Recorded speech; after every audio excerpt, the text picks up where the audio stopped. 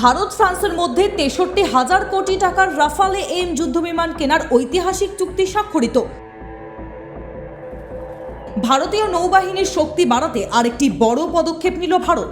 আজ ২৮ এপ্রিল ২০২৫ ভারত ও ফ্রান্সের মধ্যে ৬৩,০০০ কোটি টাকার বিশাল প্রতিরক্ষা চুক্তি স্বাক্ষরিত হয়েছে, যার আওতায় ভারতীয় নৌবাহিনীর জন্য ২৬টি অত্যাধুনিক রাফালে মেরিন যুদ্ধবিমান কেনা হবে। ভারতের পক্ষে প্রতিরক্ষা সচিব রাজেশ কুমার সিং এই চুক্তিতে স্বাক্ষর করেন, যেখানে নৌবাহিনীর ভাইস চিফ ভাইস অ্যাডমিরাল কে স্বামীনাথন উপস্থিত ছিলেন।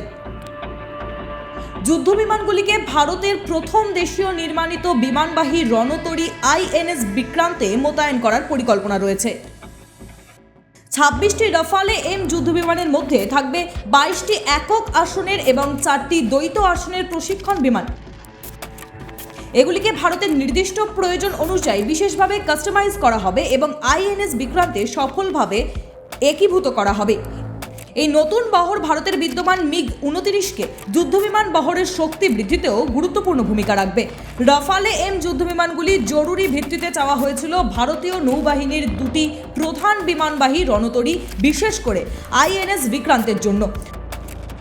দ্রুত মোতায়েন নিশ্চিত করতে এই চুক্তির গতি বাড়ানো হয়। উল্লেখ্য, চলতি মাসের শুরুতে ৯ এপ্রিল ২০২৫ তারিখে ভারত সরকার এই ২৬টি রাফালে এম যুদ্ধবিমান কেনার সিদ্ধান্ত চূড়ান্ত করে, যা ভারতের ইতিহাসে নৌবাহিনীর জন্য সবচেয়ে বড় প্রতিরক্ষা চুক্তি হিসেবে বিবেচিত হচ্ছে।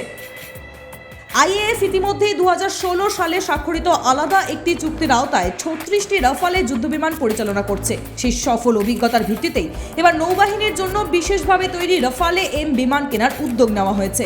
ভারত ও ফ্রান্সের মধ্যে দীর্ঘদিনের প্রতিরক্ষা সহযোগিতা আজকের এই চুক্তির মাধ্যমে আরও মজবুত হলো, যা ভবিষ্যতের ভারতের সামরিক সক্ষমতা এবং কৌশলগত স্বনির্ভরতা বৃদ্ধিতে বড় ভূমিকা রাখবে বলেই মনে করা হচ্ছে। টাইমস নাও খবর।